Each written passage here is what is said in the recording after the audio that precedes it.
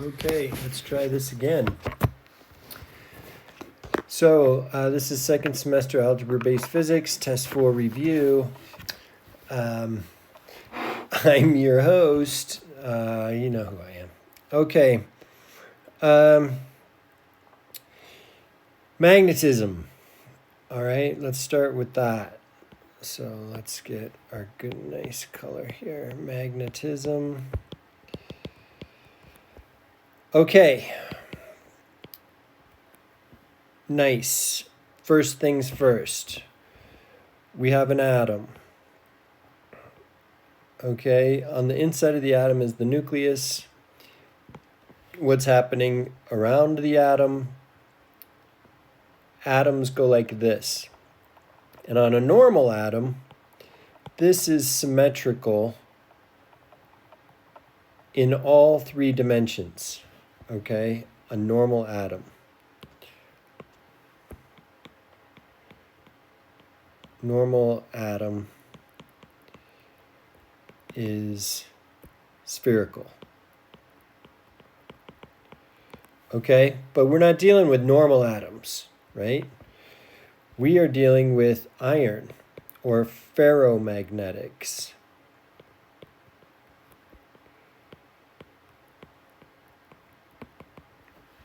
Materials. I'm trying a new whiteboard, so we're going to see how this goes. So what does that do for us? That means that here's our nucleus. It's not in all directions. In fact,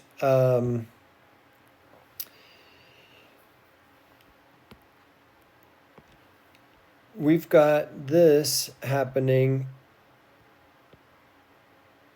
where in one dimension, looking from the top down, we see this top one, we see this from the top down. But from the side, it looks like this for a ferromagnetic material. What does that mean? That means that there are some of the electrons. The rest of it, we're just talking about the ones that are the ones that we care about. The rest of them are random, willy-nilly. But there are a few of them that on one side the current is going into the page, and on the other side the current is coming out of the page at us. So what does that do?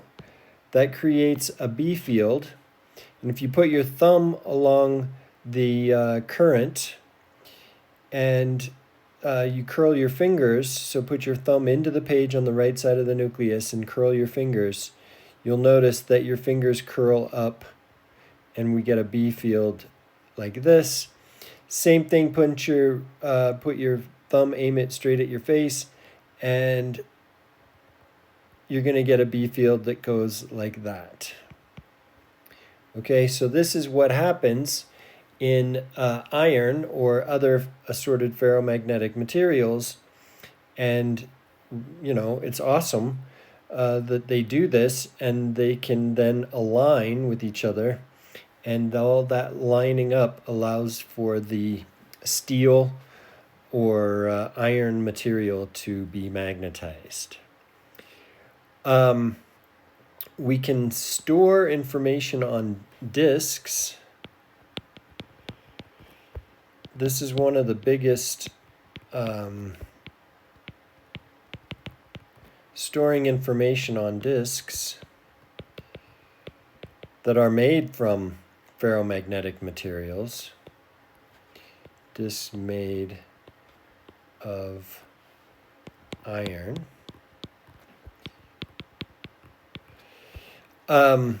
Because the disks have the disk drive has a read-write head that goes in and out, and this thing is spinning at some very high velocity, and then there are, you know, little pieces of data, ones and zeros, all over this disk because of the read-write head doing its thing. And you can store all kinds of extra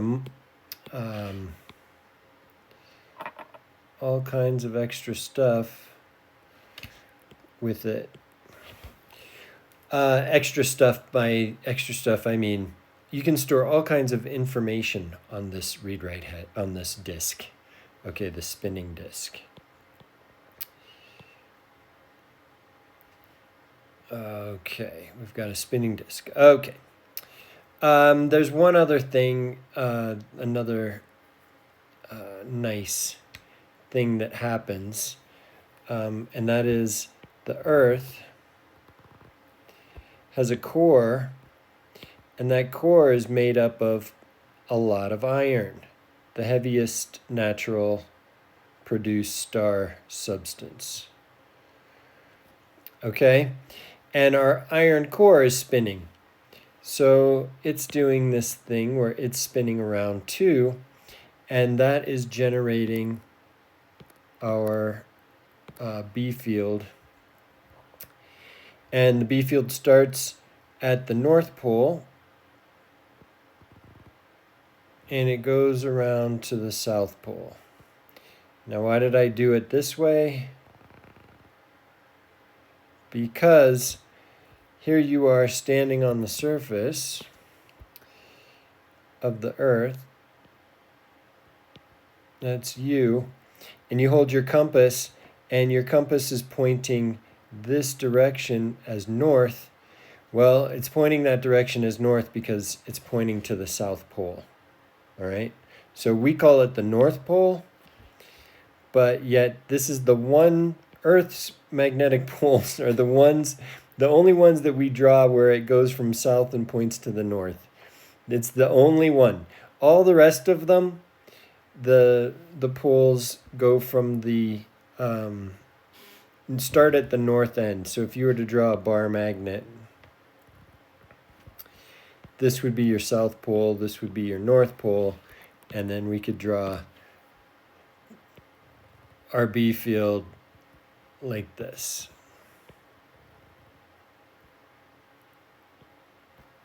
Starting at the North Pole, ending at the South Pole.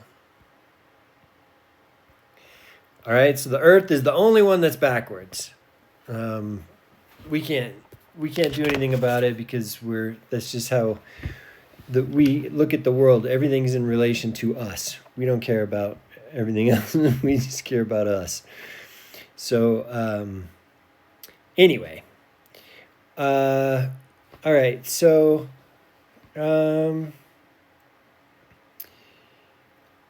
what does that mean? All right. So let's get back to our little atom. Our atom has the current I going in that direction. That is really important. And magnetism results purely from a B field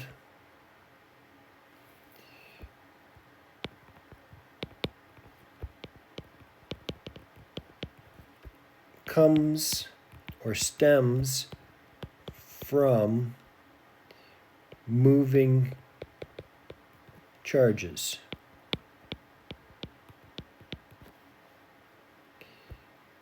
And I'm gonna say only.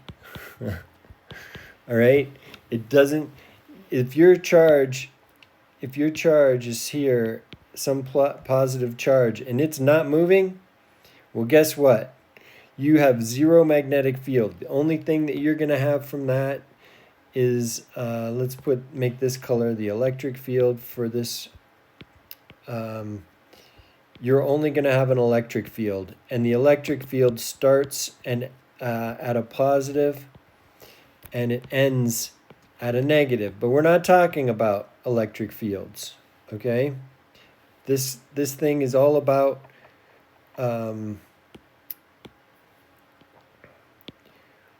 what we're doing. We're all about this is one thing about this that I'm not super happy about.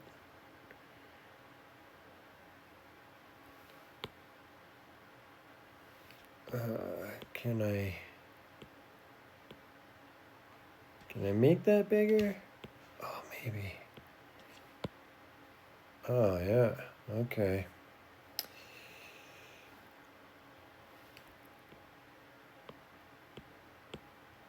Okay. We're all about the moving charge with magnetic fields. It's got to have some kind of velocity. All right?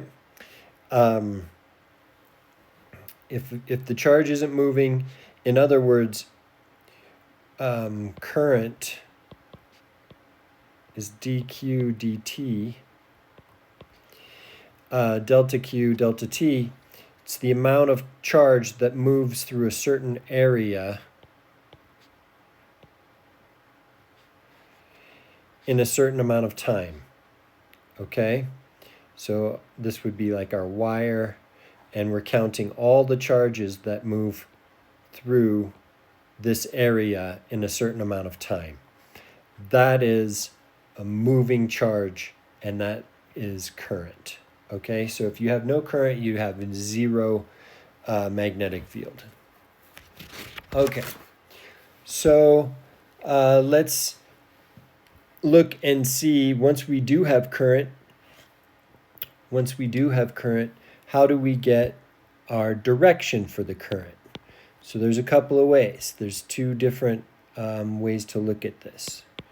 So we have our current flowing in a straight wire, in a line, and you put your thumb along the current and you curl your fingers.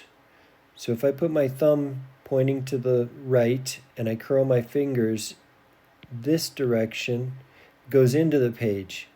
When I have to flip my arm upside down to get this to point at me, but this is actually the direction of the B field. And of course, on this side of the page, here, I don't normally do this, but pretend this is the whiteboard surface. Here's my current. It's going this direction. And on this side, I'm going to just draw the,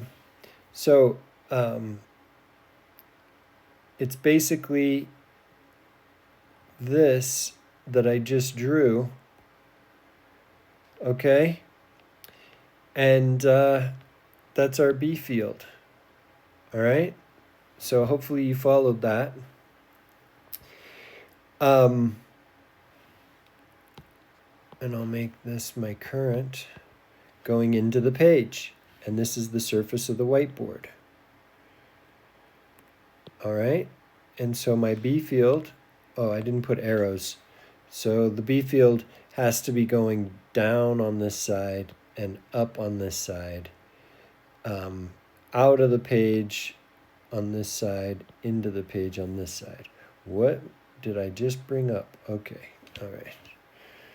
Whew. Okay, so I think I like this whiteboard. This is working out. Okay.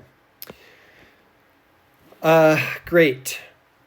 So that's one case. So that's just current. Oh boy. Woo-hoo-hoo. Current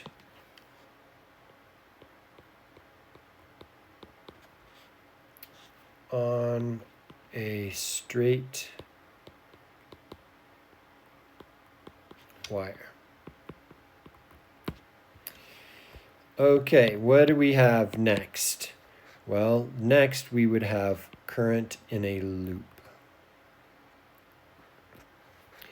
So I don't know, how do I want to do this? We can come in on the top. It doesn't matter.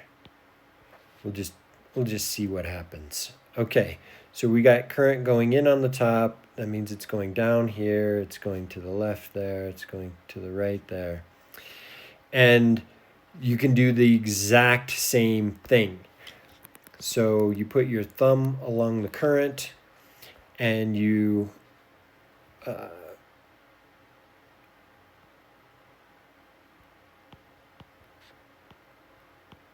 curl your fingers like that, and you get your B field. On the outside, your B field is going to be sticking out toward you. Now, there's a this is how we produce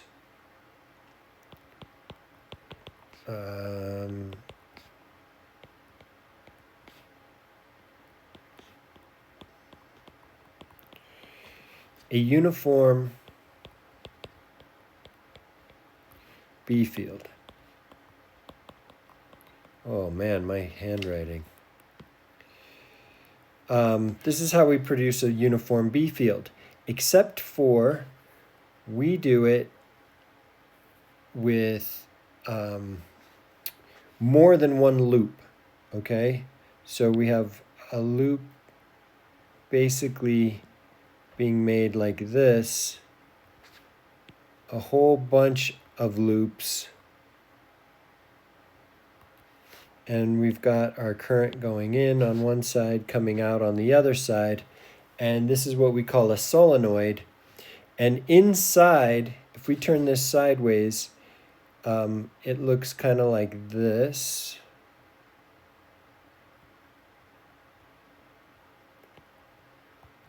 Okay, so we'd have our current going in on that side, coming out on this side. In the middle,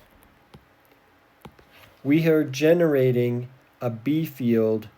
Let's see.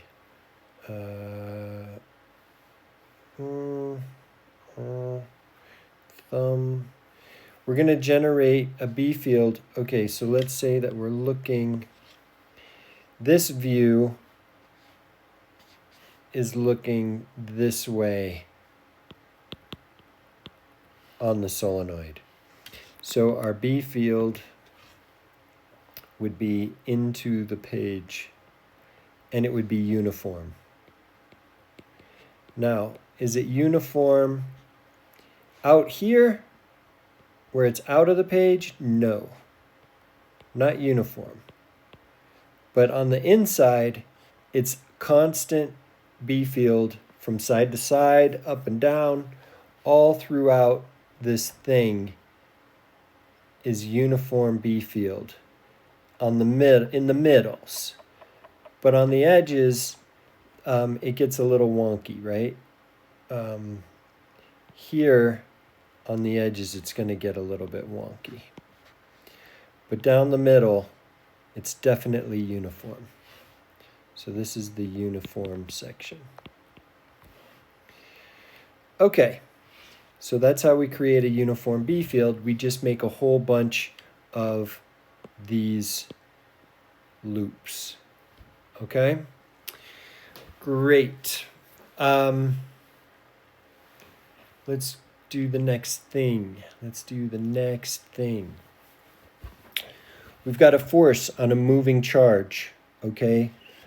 This force is called FB, all right, for magnetic field. So FB, we're given this. I don't think anybody derives it. I don't think I derived it. I just said this is it.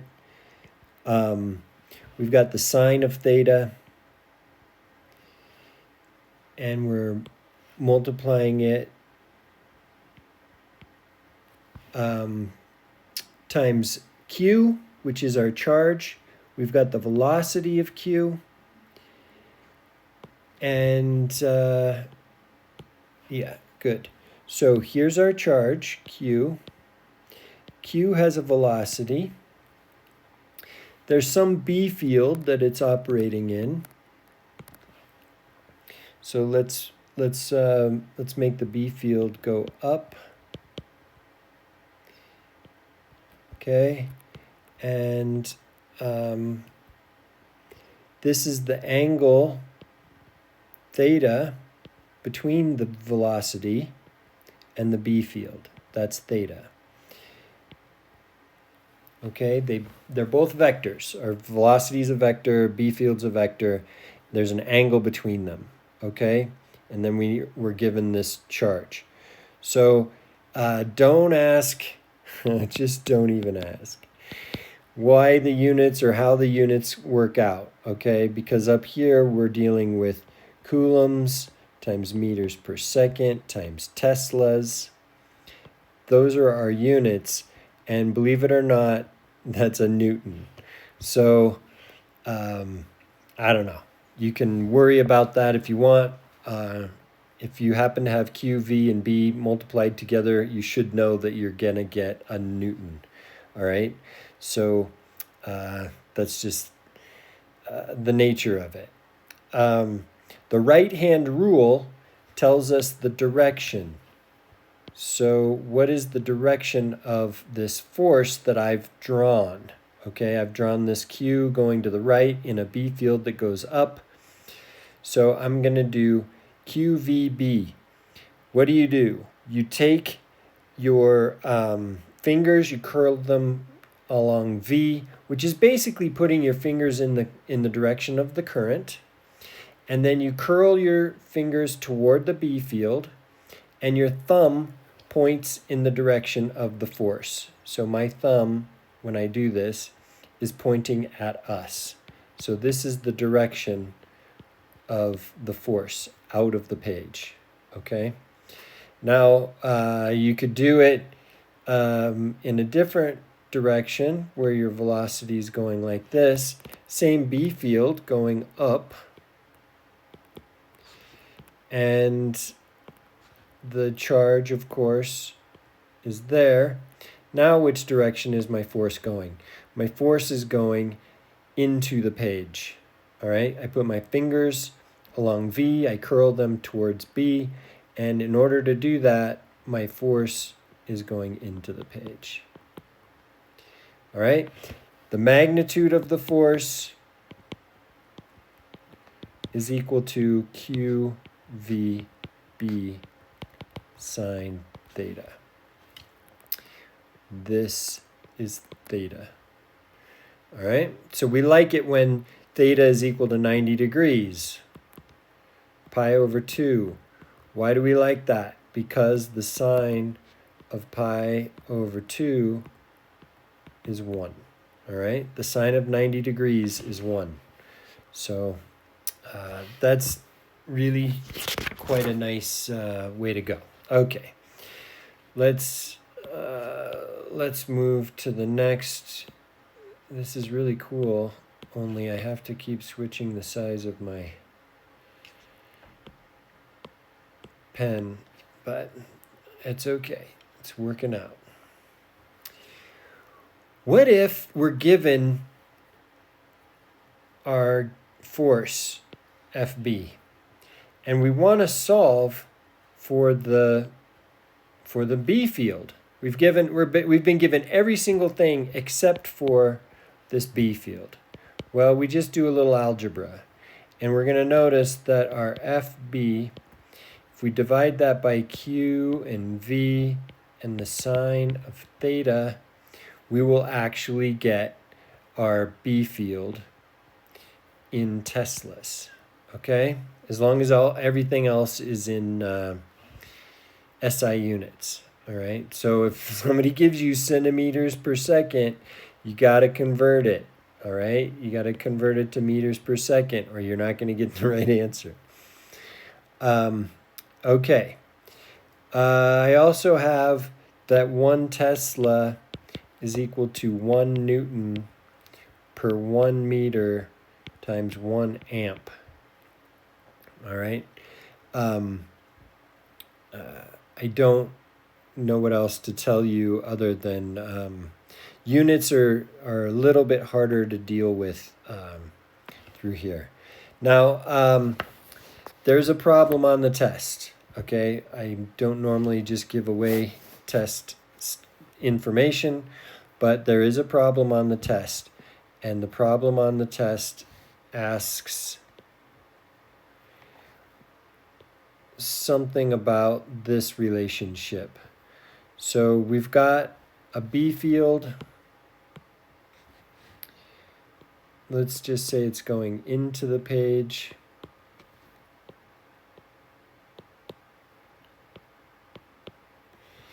And we've got, so there's this region where there's a B field, okay? And we've got a particle that's charged. How do I want to do this? Our charged particle, I don't like that.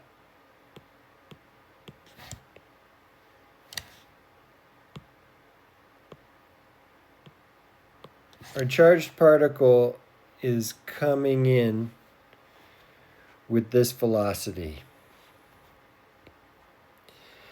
And it immediately starts to feel the effects of the B field, forcing it to turn. And it kind of corkscrews in and does this path, okay? So it comes in straight until it hits this B field, and then it starts to curve, and it comes in and curves along this path.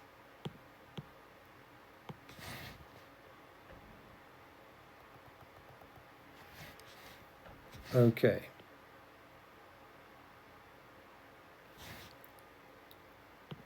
Nice. All right. So that is the path, and eventually it just goes in a circle, okay, of radius r. So what is happening? Well, our FB is equal to QVB. Everything is perpendicular to each other, so the sign of, I can put 1 here just to represent the sign of 90 degrees, but QVB essentially. But that force is equal to MA. But what is MA? It's really MAC, right? And AC is our centripetal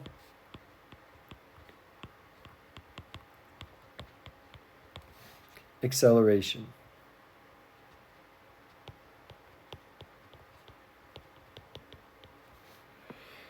Okay, centripetal acceleration, that's v squared over r.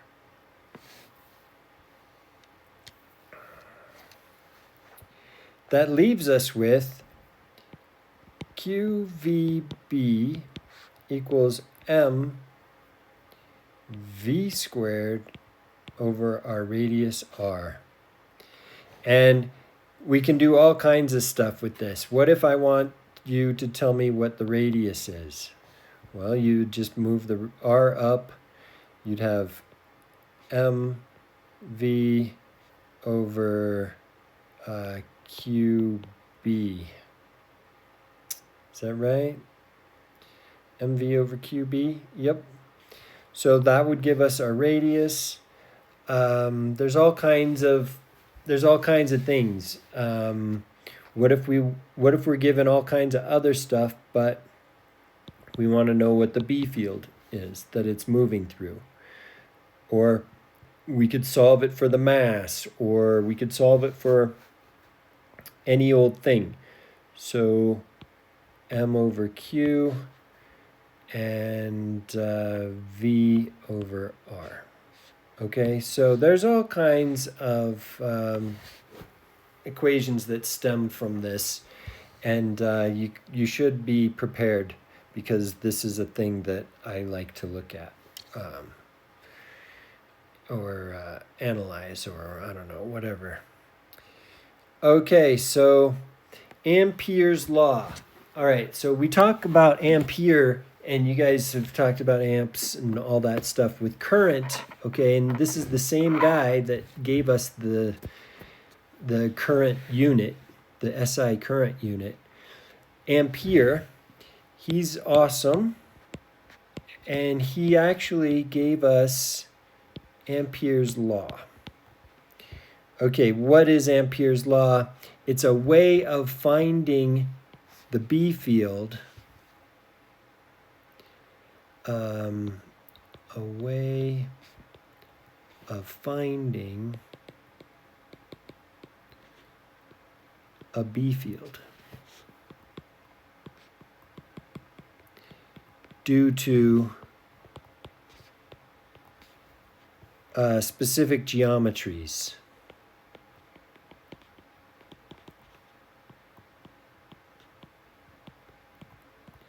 And what do I mean by that? There's a couple of specific geometries. 1, we have current going in this direction.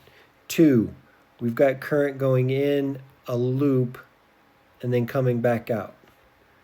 Okay? These are really the only 2 that we are talking about and that we're going to deal with. Okay? So let's do it. Our B field, the amount of B field that you have is a function of the radius away.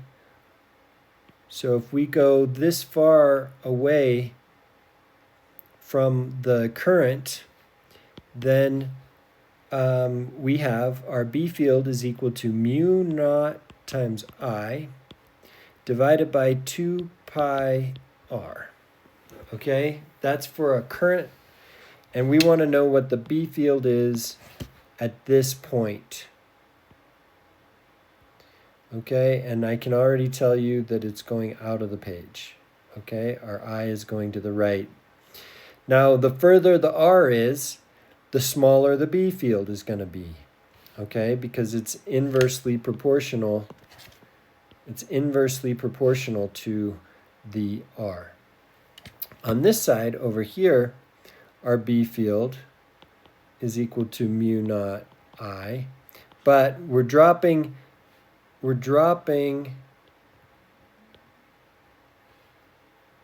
the pi. There's no more pi, and it's actually 2r of this loop. Okay, so the current is going in that direction. It's r of the loop. Okay, it's not r away from the wire, it's r in the loop.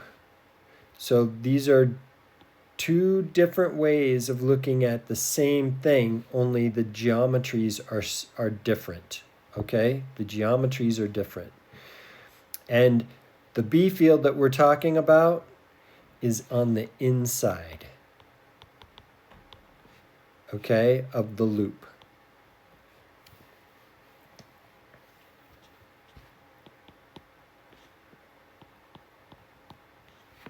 We're not dealing with the outside.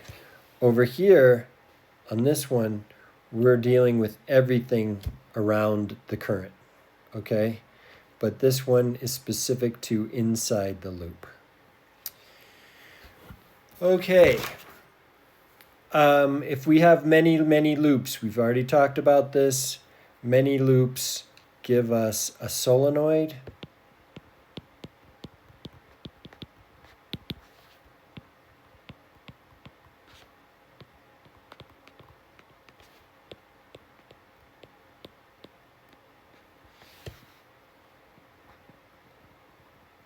Those are our many loops, okay? And that'll give us a solenoid, and then we can say, oh, well, cool, our B field on the inside of the solenoid is toward us, and then we can say, oh, well, if it is, then that means we know that the current is going in this direction, okay? In all the loops. Okay. Now, what is the B field on the inside of a solenoid? In this case, our B field is N times mu naught times I. All right, and it's a constant B field on the inside. What is N? N is equal to the number of loops per some distance or length. Okay? So however many loops we've got n loops per certain length. So here might be 10 centimeters of our solenoid. And in 10 centimeters, we've got, I don't know, let's say 300 loops in 10 centimeters. All right, well, I'm not going to do 10 centimeters. I'm going to do 0.1 meters, right? Because I want it to be 0.1 meters. I want this literally to work, right? So I'm not going to mess around with not having SI units. So I'm going to do 300 divided by 0.1. Well, 300 divided by 0.1, I don't know if you guys know this, is 3,000. All right, so in this case, this gives us N. N is equal to 3,000. Okay, so that would be our 3,000. So our B field would equal 3,000 times mu naught times our current. What if our current is equal to 1.5 amps? Then we would multiply this by 1.5 amps. I'm going to drop the amps real quick. I'm going to drop the amps, and we're going to just call it the whole thing. We're going to call the whole thing Teslas. Okay? So whatever our units are, in the end, we're going to end up with Teslas. So I'm just going straight for the Tesla on this one. Okay.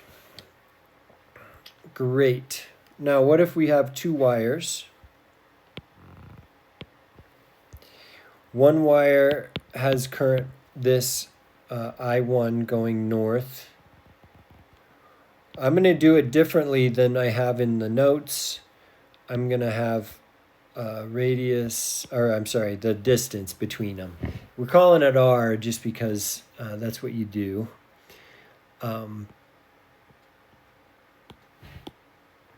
But the distance between them, we're going to put a B field in this, up on this situation.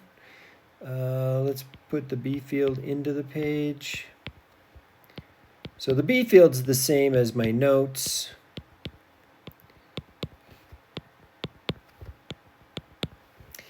And we want to know the forces that are occurring.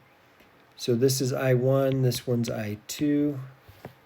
I don't want I2 to be in blue. I want it to be in black. What are the forces? Okay, so we've got I1 having a force on 2. So there's a force of 1 onto 2, and then there's a force of 2 onto 1. All right, what are these forces? Which directions are they traveling? So we'd go back to that same thing. We put our fingers along the velocity, we curl them towards the B field, and I made a mistake. I made a terrible, terrible mistake. Huge, actually.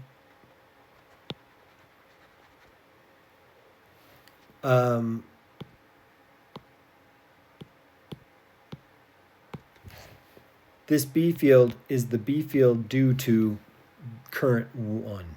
Okay, so current 1 is developing this into the page B field. It's what I2 is traveling through. Okay, so now we can move our I2 down. On this side, B1 is out of the page, so we have to do this. Okay, so B1 is what's happening here. So I2, we put our fingers along I2, we curl them toward B1, and that tells us that our force 1, 2 is actually pointing in this direction.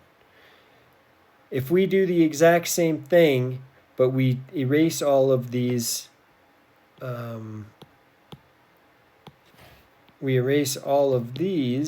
and we call it B1 now, B2,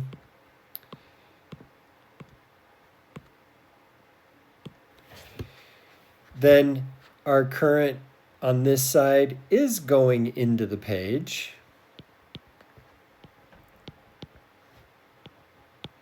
over here, and then on this side, it's going out of the page. I had to check real quick.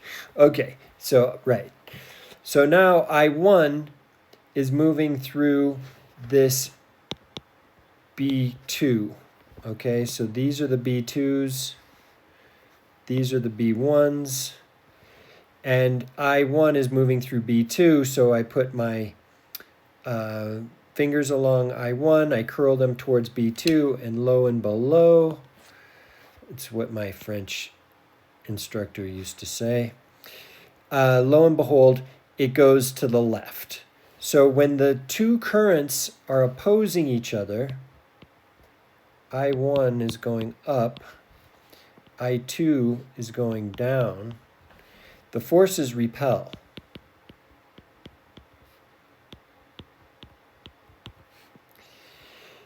If, however, I1 is going up and I2 is also going up, the forces attract.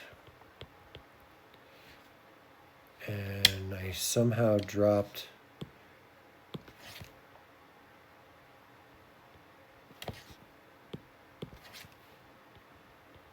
forces attract. Okay, good. I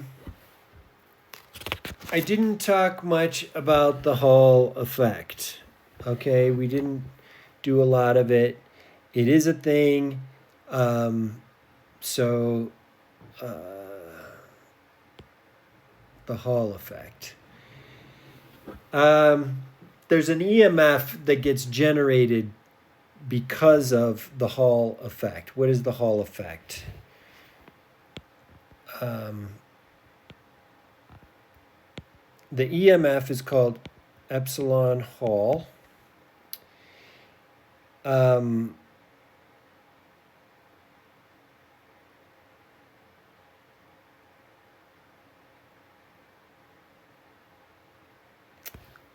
What is happening? Okay, let's draw a picture. We have charges. Charges are flowing through this wire, okay? And we can call it a drift velocity if we want. But we have a B field. Let's say our B field is going up. So here's our B field going up, and the charges are moving through.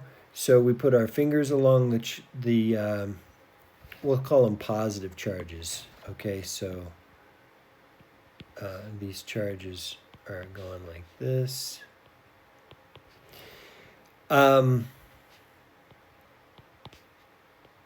This is how it would look normally. But we put our fingers along the V. So here's our drift velocity for the charges. And then we curl them toward the B. And it'll show that we have a, and I don't, you know what? I don't like the B that way. I don't want the B to be, oh, nice. I don't want the B to be in this direction. I want the B to be into the page.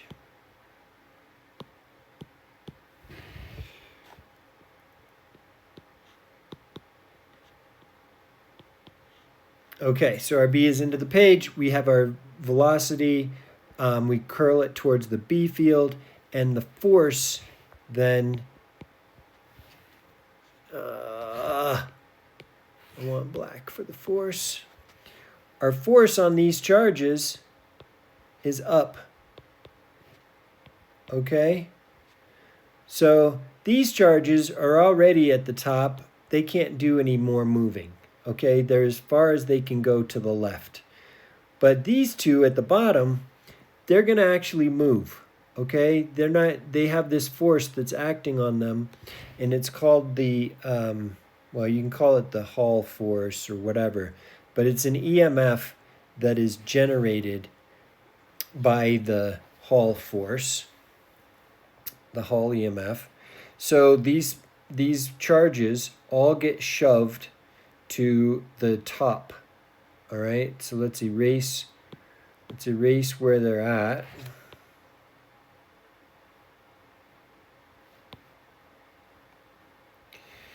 And we're going to put them in line with each other. And now they're marching in order. Those are the holes, right? We call these the holes going in that one direction. And going back the other direction, of course, would be the actual electrons themselves. And they're going, they want to be there too, okay? They want to be pushed to the side as well, all because of this EMF for the Hall effect. Now, if you want to turn that EMF into an E field, a Hall E field, then you just take your B field and you multiply it by the drift velocity, and you get your Hall E field. All right, so that means that our EMF, Hall EMF, is equal to the distance that they travel times their drift velocity times the B field. Okay. Torque. Let's go to torque.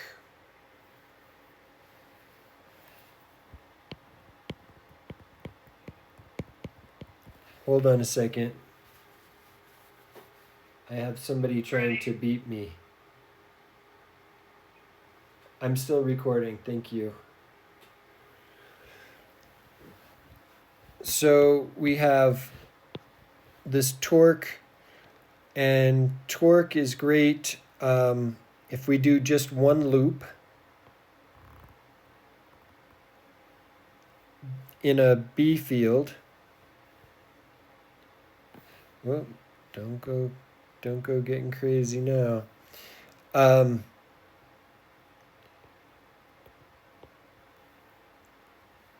Basically, there's an area for the loop, there's a current going around the loop, and there's a B field that this is sitting in, okay? And you can draw the B field any which way you want to, but typically our B fields are going to be vertical in this situation, okay? So our B field does this. The only time that we have a cross is when it's going counter to the B field. Do I even want to draw the B field in that direction? We could draw it like this instead. At any rate, for one loop, our torque on this circle is equal to, and this is one loop, the area of the circle times the current through the loop times the B field times the sine of the angle between the normal of the area. So theta is the angle between the normal, area normal, and the B field.